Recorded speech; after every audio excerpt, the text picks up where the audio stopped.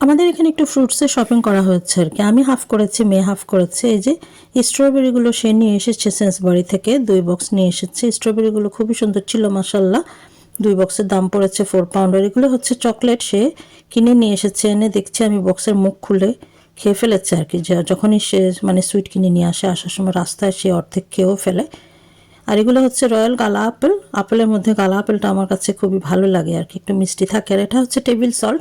Table salt হচ্ছে আমরা টেবিলে, ডাইনিং টেবিলে যে খাওয়ার জন্য লবণ ইউজ করি, সেটাকে টেবিল সল্ট বলে আর কি।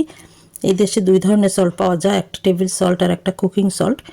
আমি সেই ইনফরমেশনটা আপনাদের সাথে একটু শেয়ার করে ফেললাম।